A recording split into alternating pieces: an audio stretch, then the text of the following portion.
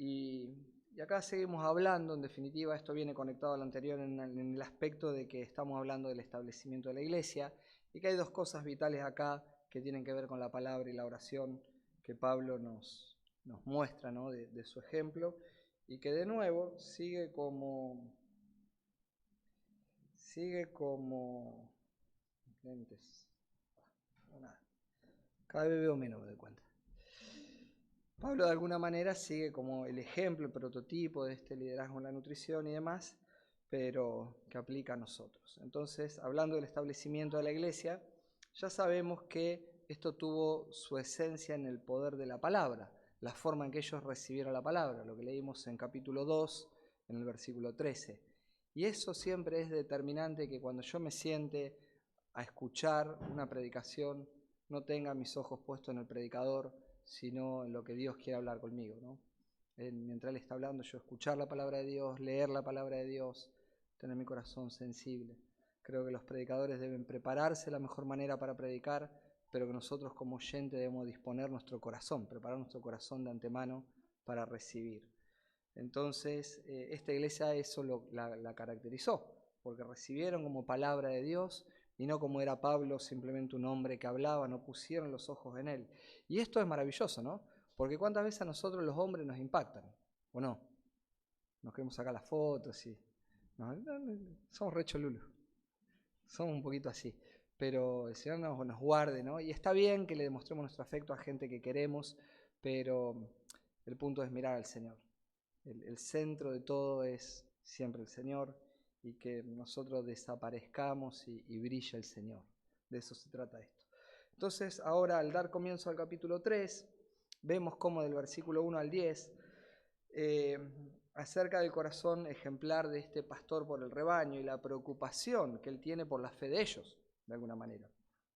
Algo que debe ser un ejemplo de reproducción en cada miembro.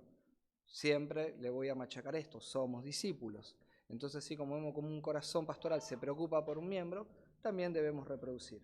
Versículo 1 y 2 dice: por lo cual, no pudiendo soportarlo más, pensamos que era mejor quedarnos solos en Atenas. Enviamos a Timoteo, nuestro hermano y colaborador de Dios en el Evangelio de Cristo, para fortalecerlos y alentarlos respecto a la fe de ustedes. Hay una preocupación en el corazón de este hombre. Este hombre tiene afecto por este pueblo que es la iglesia del Señor. Y él en el versículo 1 comienza diciendo: por lo cual. Esto enlaza con la sección anterior. Miren en sus Biblias, algunos que lean en voz alta, cómo termina el versículo 19 y 20, por favor.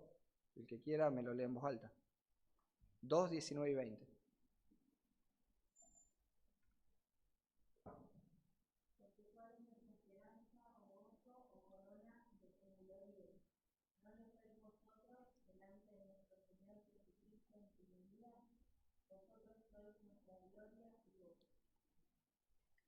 Bien, Pablo termina así, el versículo 2, diciéndole estas cosas preciosas de lo que esta iglesia representa para el corazón de Pablo. Y el versículo 1 del capítulo 3 arranca con un por lo cual, enlaza con la sección anterior del cierre del capítulo. Inmediatamente lo que dice él, como no los está viendo, como no tiene noticia de ellos, no pudiendo soportarlo más. Pablo no tolera, no puede dejar de sufrir de alguna manera de que no tiene noticia de cómo están estos hermanos. Recuerdan la introducción, que tuvo que salir corriendo de Tesalónica. Se tuvo que ir de ahí. Lo corrieron a Berea. Entonces no podía soportar la distancia que él tiene ahora de sus hijos espirituales, resultante del producto de desconocer cuál es el estado espiritual de ellos. Hermanos, no había WhatsApp, no había Instagram, no había Facebook, no había nada. Tuvo que salir corriendo y no tiene novedades del estado espiritual. Hoy nosotros podemos resolver las cosas mucho más rápido. No vemos a un hermano y lo whatsappeamos enseguida y preguntamos cómo está o no. O a veces hasta no lo hacemos. Después de 3, 4 cultos que no lo vimos, ahí nos acordamos: che, hace un rato que no lo veo. Hace un mes y medio que no estaba. Y entonces...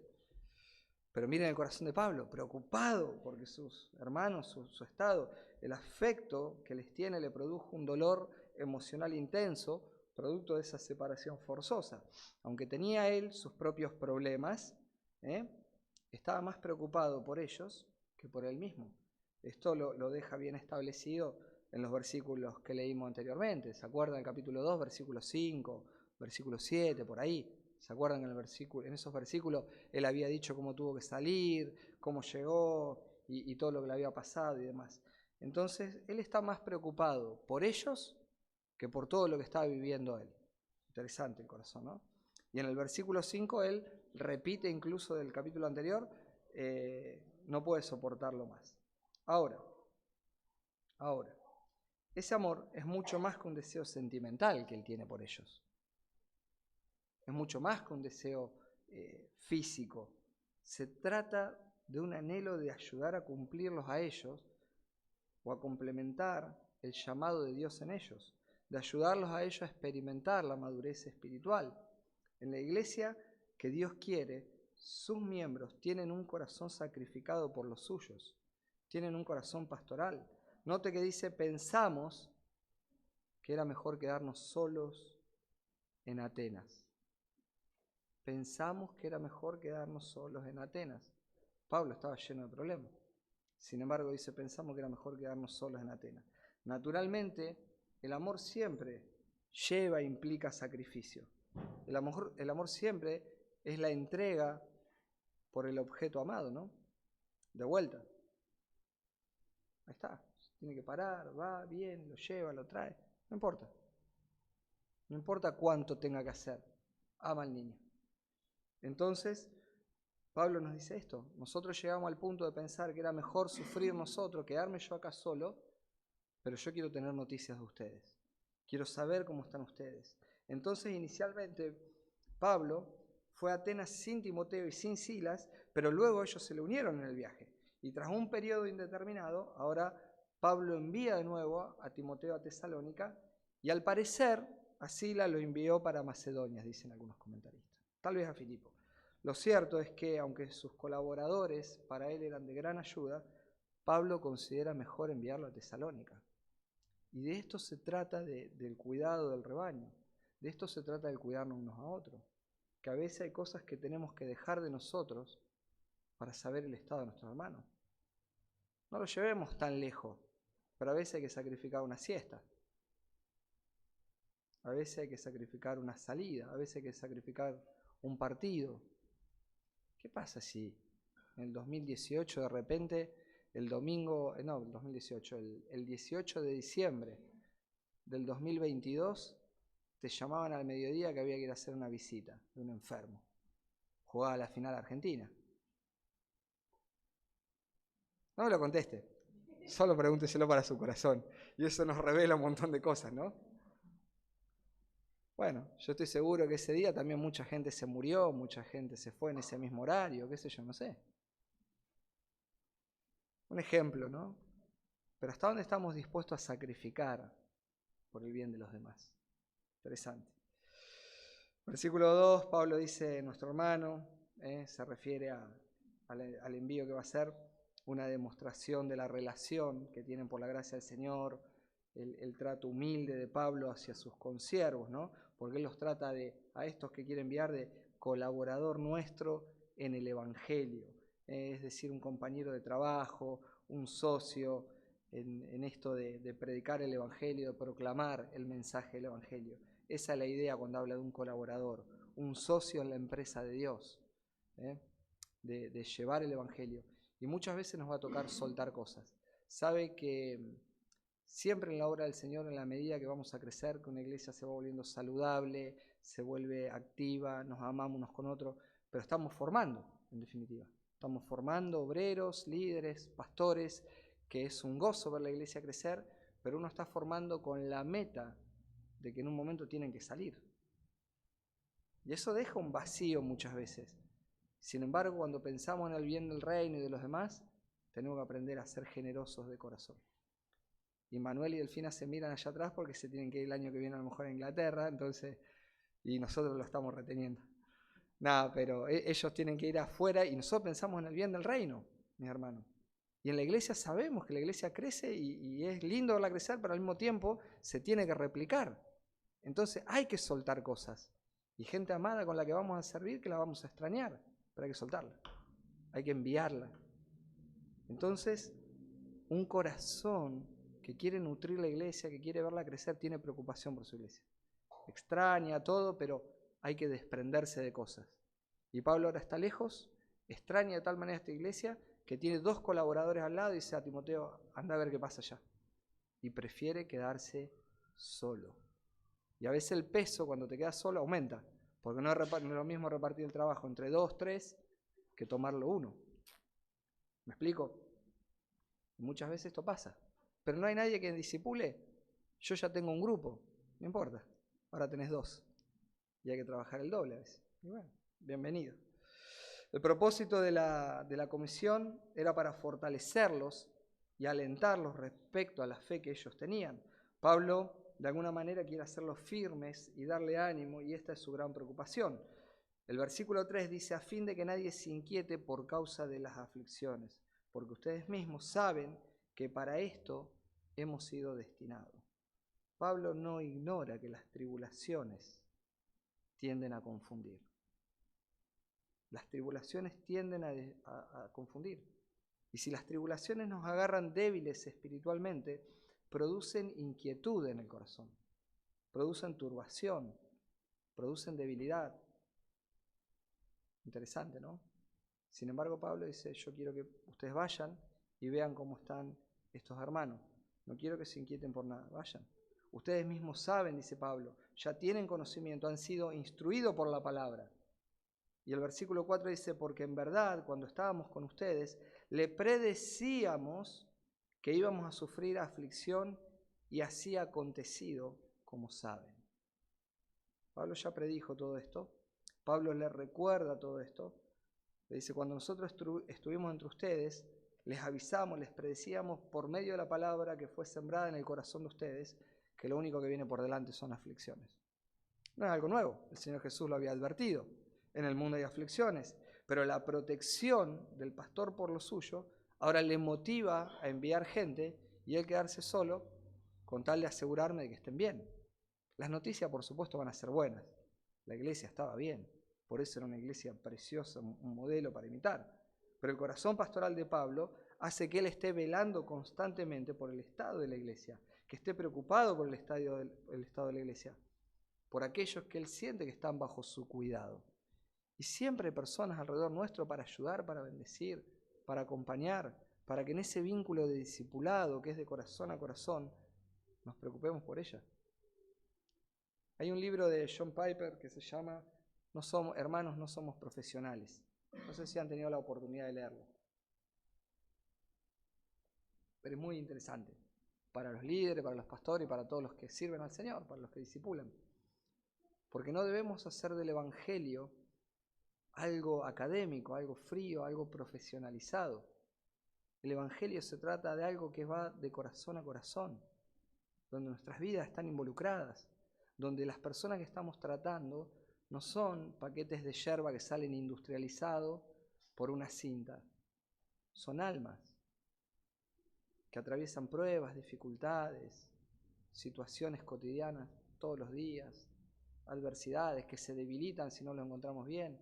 Y la responsabilidad mutua es de cuidarnos, es de animarnos, de empezar a abrir nuestros corazones y compartirnos, y orar los unos por los otros, y compartirnos palabras, y cuidarnos en el camino, porque somos muy fáciles de debilitar, mis hermanos, muy fáciles. Y este hombre está preocupado. El hecho de no verlos, de no tener noticia de ellos, lo tiene preocupado. Noten el versículo 5. Dice, por eso también yo, cuando ya no pude soportar más, miren el corazón, envié a Timoteo para informarme de su fe, por temor a que el tentador los hubiera tentado y que nuestro trabajo hubiera sido en vano. Pablo tiene muy claro que la tribulación tiende a confundir y a debilitar. Y su preocupación, dice, no sea que ustedes se debiliten y el tentador aproveche la oportunidad. Dice, yo no puedo estar acá sin saber del estado de ustedes. Y rápido lo envía a Timoteo. Por eso tenemos que ser rápidos. No hace falta mandar un Timoteo hoy, pero un mensaje de texto, una visita de cualquiera, levanta, anima, acerca. En 2 Corintios capítulo 11, verso 28, Pablo dice, y además de otras cosas, lo que sobre mí se agolpa cada día, la preocupación por toda la iglesia. Este corazón de nuevo, de preocupación por el pueblo del Señor. Siempre eso, latente. Y donde iba su preocupación era esta. Esto le dice a los corintios. Nosotros nos encontramos que cuando se está despidiendo Pablo en el libro de los Hechos de los ancianos de Éfeso, en el capítulo 20, él dice, porque yo sé que después de mi partida entrarán en medio de ustedes lobos rapaces, que no perdonarán al rebaño. Que no perdonarán al rebaño. Y aclara, y de vosotros mismos se levantarán hombres que hablarán cosas perversas para arrastrar a los discípulos. No era un hombre pasivo en la obra. Pablo era un hombre activo, no dejaba las cosas para después. Su corazón estaba involucrado con la iglesia. Y este es el corazón que debemos tener como iglesia. De nuevo, a esta iglesia la va a encontrar bien, pero no la subestimó. Pablo quiere informarse acerca del estado de la fe de sus hermanos, porque su mayor preocupación es que el tentador los hubiera tentado. Este era su gran temor, que Satanás los hubiera tentado con éxito, para que ellos abandonaran, para que ellos se enfriaran, para que ellos de alguna manera rechazaran el Evangelio. En la iglesia que Dios quiere, los miembros se aman, se involucran, buscan protegerse unos a otros, sabiendo de que las luchas espirituales que se presentan son reales, que hay luchas contra la carne, que hay luchas contra el mundo y que también hay luchas contra Satanás. Las hay. Porque no andamos como las iglesias místicas viendo a Satanás por todas partes. Veo que hay personas que ven a Satanás por todos lados. Se le pinchó la goma del auto y el diablo me puso. Pero si no, tenía los alambres afuera, cambié la cubierta y va a ver que se acabó Satanás. Tenía los pelos hacia afuera de la cubierta y no es Satanás. Cambié la cubierta y se acabó el problema. Pero no se trata de eso, pero no ignoramos, dice Pablo, las maquinaciones del diablo. Entonces hay que discernir y entender que se presentan luchas cotidianas ya dentro de mí todos los días. Que el mundo ofrece un montón de tentaciones y de variantes para debilitarnos. Y que si nos agarra mal parado, bueno, Satanás va a hacer también su trabajo. Entonces el diablo tiene sus estrategias para su fin. Él se esfuerza en debilitar a la iglesia del Señor, a los que creen. Pablo dice incluso en 2 Corintios 11, pero temo que como la serpiente con su astucia engañó a Eva, vuestros sentidos sean de alguna manera extraviados de la sincera fidelidad a Cristo. ¿Sabe? A mí hay personas que en el correr de los años en el servicio del ministerio pastoral me han sorprendido. Como decimos, ¿no? A veces nos hemos comido la curva. He visto personas servir al Señor con pasión, con dedicación, con esmero, con gastar de su bolsillo, de ir, de dar tiempo, de discipular, de hacer. Personas que vos decís, wow, esta persona, qué bendición tener en la iglesia. Y hoy, en la actualidad, caminar casi, me animo a decir, yendo ya en una actitud apóstata. Apóstata no porque está frío, porque se fue del Señor, porque cualquiera puede tropezar y estar un tiempo alejado del Señor. Pero ya de haberle perdido el temor al Señor es otra cosa. De empezar a tener prácticas contrarias al Evangelio. Y no lo puedo creer. Y no de un día de servirla, de una emoción, de años de servir. Y verlo hoy, wow, ¿qué pasó acá? Pablo dice, me temo que como la serpiente los ha engañado, como engañó a Eva, los sentidos de algunos de ustedes puedan ser extraviados de la sincera fidelidad a Cristo. Entonces no debemos dormirnos. En el marco de la nutrición de la iglesia, parte del cuidado permanente de unos a otros. Satanás tiene sus estrategias y Pablo nos advierte eso. En 2 Corintios 2:11 Pablo dice, para que Satanás no gane ventaja alguna sobre nosotros, pues no ignoramos sus maquinaciones. No las ignoramos. Pedro nos advierte lo mismo. Sed sobrios y velad, porque vuestro adversario el diablo, como un león rugiente, anda alrededor buscando a quien devorar. Anda. Entonces no somos personas místicas, pero tampoco debemos ser inocentes. Cuando yo veo que mi hermano no está, no lo veo presente, mi corazón tiene que empezar a palpitar como el de Pablo. No puedo esperar que el pastor se dé cuenta. Porque a lo mejor el pastor está en miles de otras cosas. O un líder se dé cuenta. Yo tengo que activar y ver por qué este hermano no vino. Si el Señor me lo está mostrando, ya, le mando un mensaje, le hago una visita. Porque eso está haciendo a lo mejor el hermano señales de luces.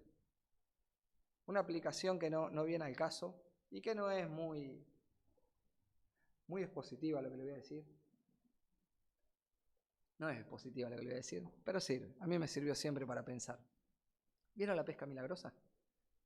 Cuando la barca se empieza a llenar de peces y las redes se rompían y la barca se empieza a hundir, ¿qué fue lo primero que hicieron los que se estaban hundiendo? ¿Se acuerdan qué hicieron? Señas. Señas, ¿no? Se estaban hundiendo y empezaron a hacer señas que lo vengan a ayudar. Y vinieron las otras barcas y casi se hundieron todo. Pero no es expositiva la aplicación que le voy a decir. Pero a mí en lo práctico me funcionó. A veces las personas están haciendo señas. Se están hundiendo, hermano, y no por la bendición. Y nosotros estamos en la arena, pateando, buscando caracolitos. Hasta acá tienen mucho. Gracias. Muchas gracias. Nosotros a veces estamos buscando caracoles, cositas, no sé. Entonces cuando vemos que hacen señas tenemos que activar rápido. Las personas están faltando, no tienen comunicación, no están motivadas a venir a orar, no hay. Si no hay cosas realmente importantes por las que no puede, algo no está bien en la vida de mi hermano. Personas que no quieren estar en la comunión de la iglesia, que termina el culto y quiero salir corriendo. Algo no está bien. Algo no está bien, nos están haciendo señas. Y el punto no es criticarlos, descalificarlos. El amor nos tiene que motivar a pegarme a ellos y a ver qué está pasando. Y de vuelta, no lisonjearlo. Hablar la verdad en amor, ser íntegros y preguntar qué te está pasando. El corazón de Pablo estaba preocupado porque sabía que en esa debilidad el enemigo podía arrastrarlos hacia afuera.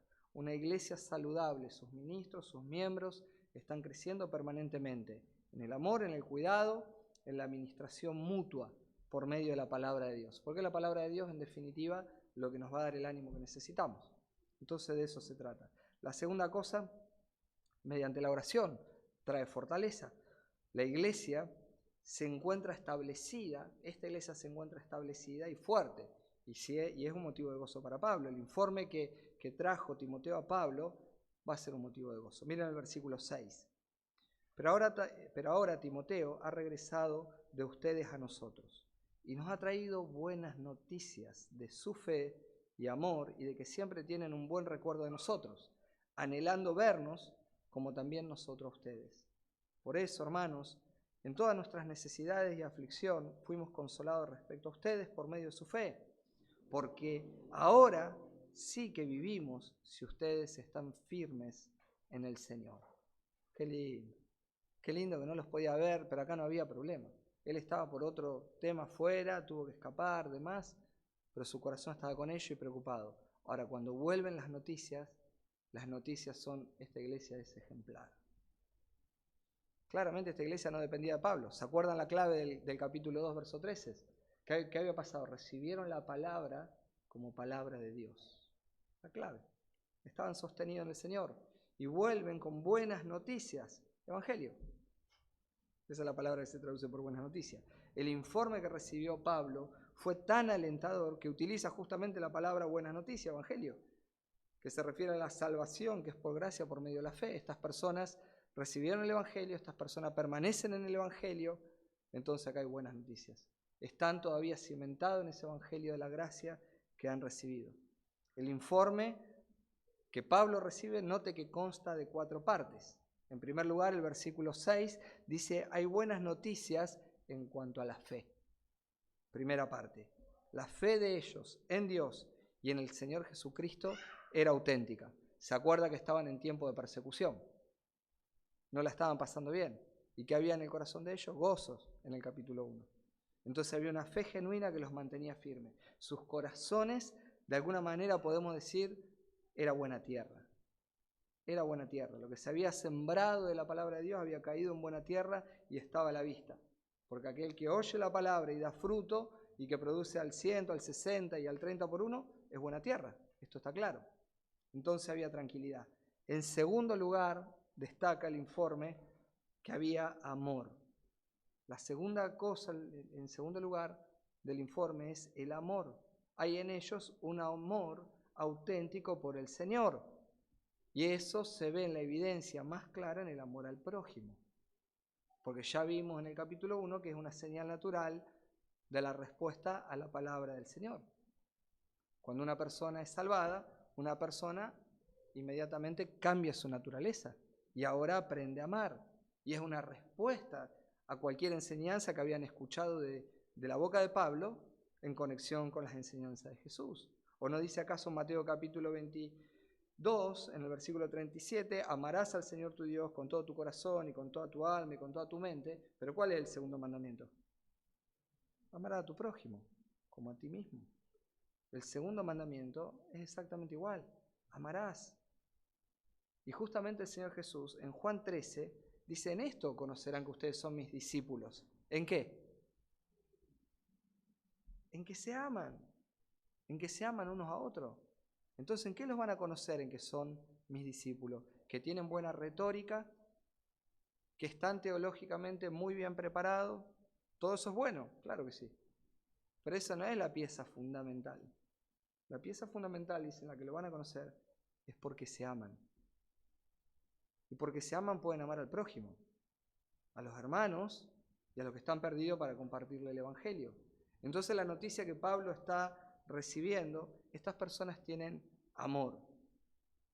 Y eso ya es tranquilizante, porque después podíamos aplicar el amor de ellos de muchas maneras distintas. Entre ellos, acá, allá. Pero el hecho de saber que hay amor, están firmes en el Señor. Están mostrando la evidencia de su salvación.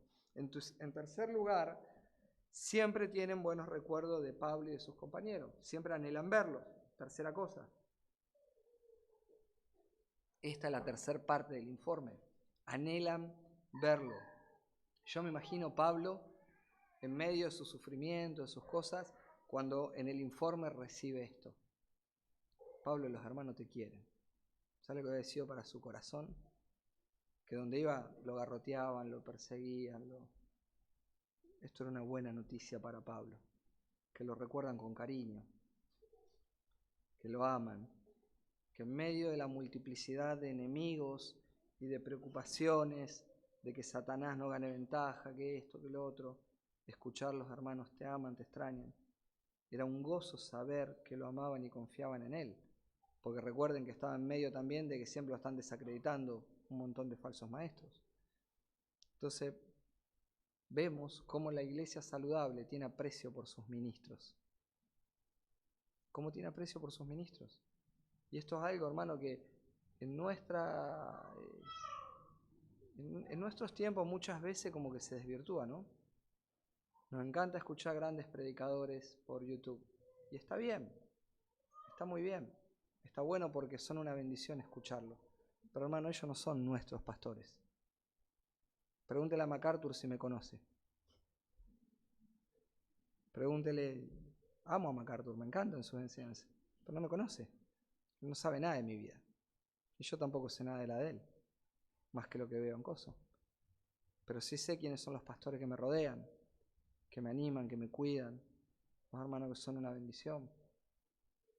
Nosotros tenemos que estar ocupados en lo que Dios nos dio a nosotros, en amar a nuestros ministros, en servirlo a nuestros ministros, porque sufren tanto, igual, tanto o más que cualquiera de nosotros.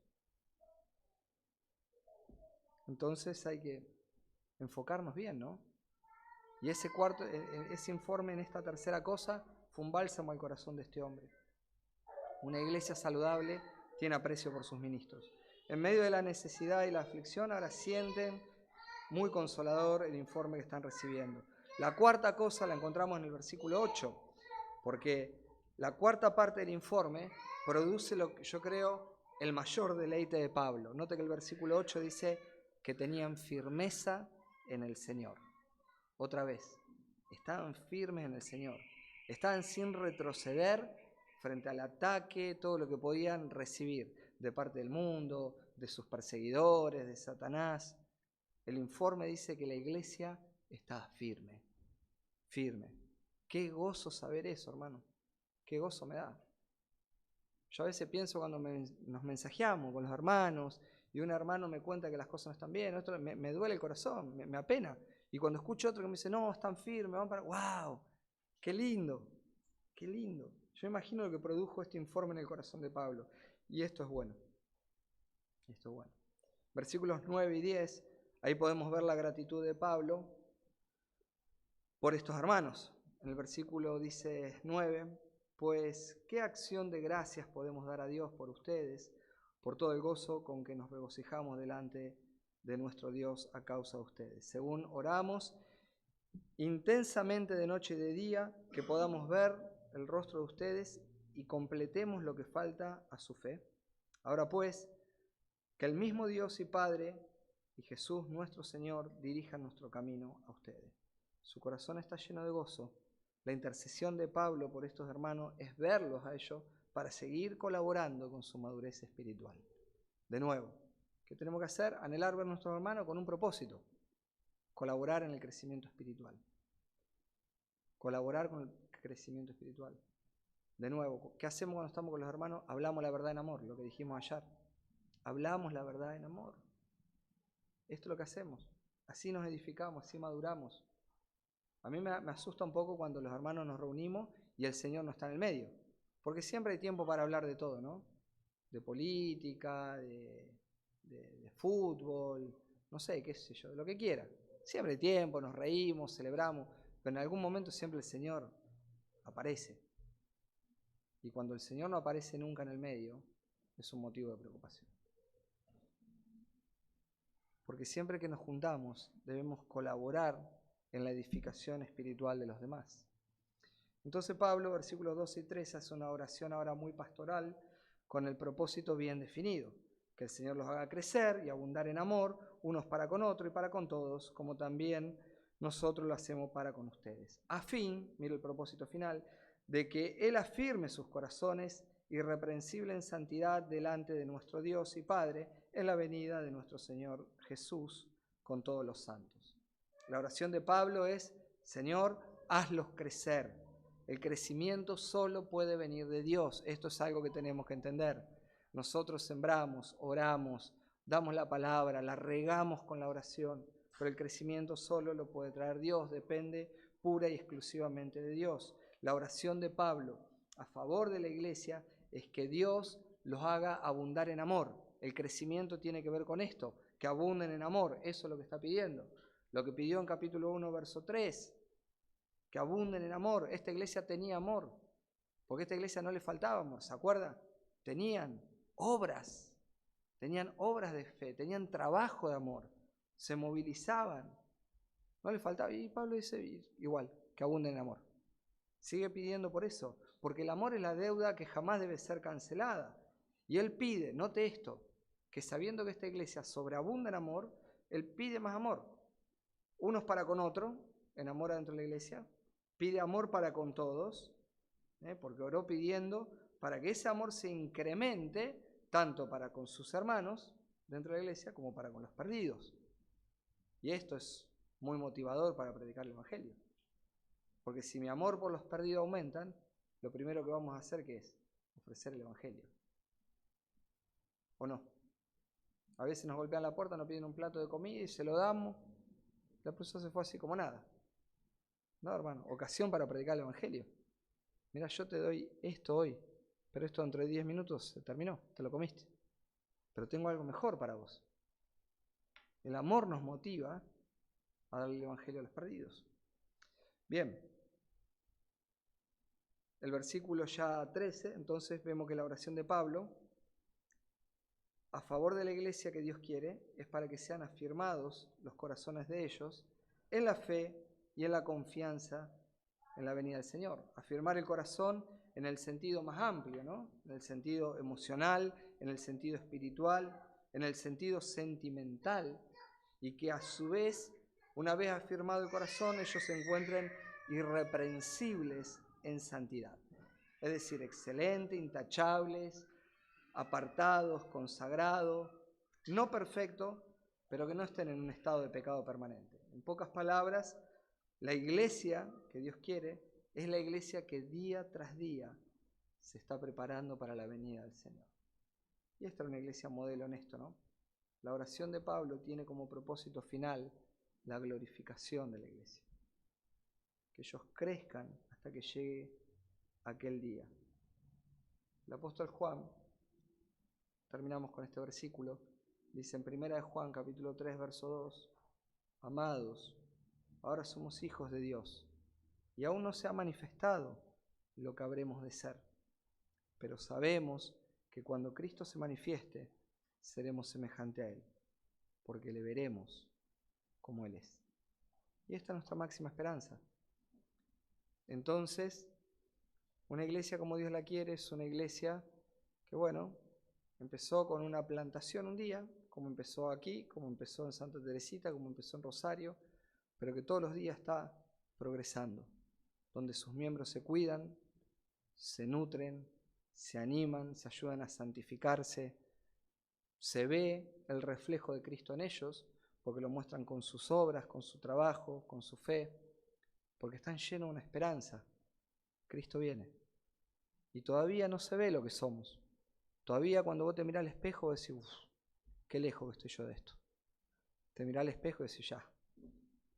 ¿O no? ¿O no? Pasa así, ¿no? Nos miramos y decimos, wow, qué lejos que estamos. Pero de eso se trata. Si todavía estamos acá es porque el Señor, su gracia, nos está preparando, nos está santificando. Entonces, a no decaernos, a mejorar algunos aspectos que tenemos que mejorar, acercarnos más, porque acercándonos vamos a pulir esto, porque nos estamos preparando para el día que el Señor se manifieste. Señor, te damos muchas gracias por esta tarde hermosa que nos diste, Señor, por este tiempo y porque tu palabra es un espejo que yo sé que al leerla y al pensar en muchas de estas cosas, quedamos, Señor, expuestos de alguna manera, nuestro corazón queda abierto delante tuyo y entiendo, Señor, que vemos nuestra miseria, nuestro pecado y a veces hasta podemos sentirnos abrumados por el hecho de ver, Señor, tanta falta en nosotros. A veces nos podemos sentir abrumados de ver algo tan precioso como se veía esta iglesia y cómo podemos estar en nuestra vida personal, pero es más precioso aún levantar la mirada y mirar a Cristo. Porque en Cristo hay gracia, en Cristo hay perdón, en Cristo hay santificación. Gracias porque en Cristo tenemos todo, en Cristo estamos completos y llegaremos al final, Señor, porque tu palabra dice que el que empezó la buena obra en nosotros será fiel en perfeccionarla hasta el día de Jesucristo. Gracias porque aunque hay cosas que tenemos responsabilidad en hacer, no depende tanto de nuestra virtud, sino más de tu poder y de tu gloria, obrando a través nuestro, Señor. Pero te rogamos que nos ayudes, porque hay cosas en las cuales nos diste capacidad para entender, para ser responsable, para ejecutar, y eso evitaría, Señor, muchas otras cosas. Si nosotros ponemos en marcha nuestros hábitos espirituales, nuestras disciplinas espirituales, en la meditación, en la oración, en la comunión con los santos, si esas cosas las activáramos cada vez más y mejor, realmente veríamos tu gloria en una dimensión que ni siquiera imaginamos.